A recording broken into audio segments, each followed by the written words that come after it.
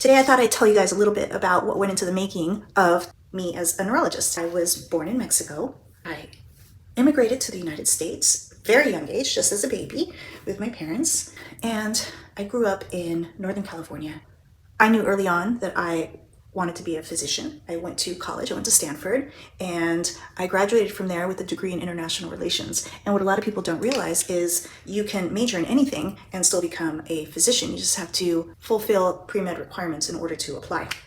I studied, and then because I hadn't done all of my pre-meds, I took a little time off.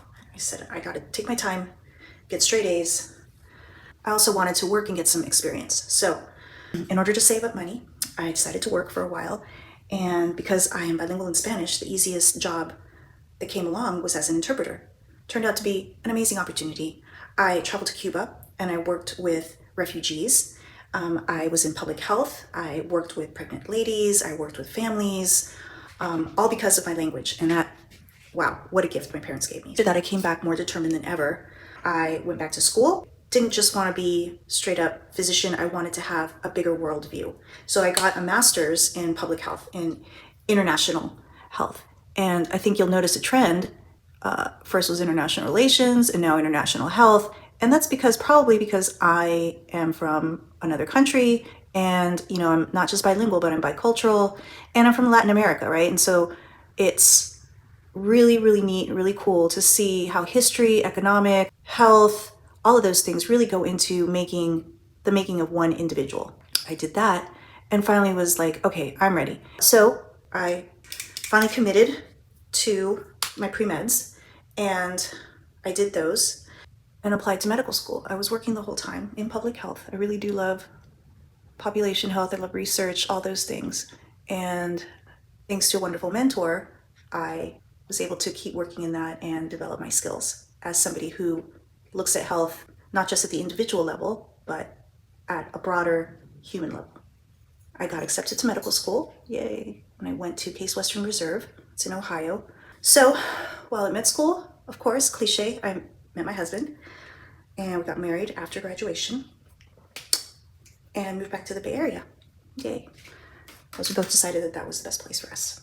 So after that, we were both doing some research and kind of deciding what we were going to do. And I knew I wanted to be a neurologist. I just knew it. There's nothing more interesting than the brain and the nervous system to me.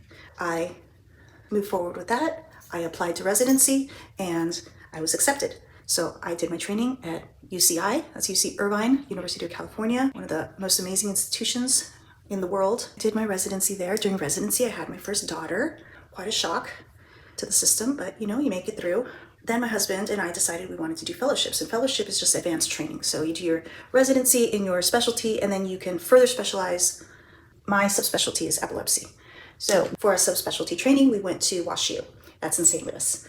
And we chose there because really amazing programs for 2 years, and then came to Southern California for the rest of our career. And we've been here ever since. Now I work in a hospital as a neurohospitalist. I also work in traumatic brain injury, and my biggest hope and dream with the work I do here on social media is that I really, really, really want people to view the brain and understand that it is another organ just like any other, and it needs to be taken care of.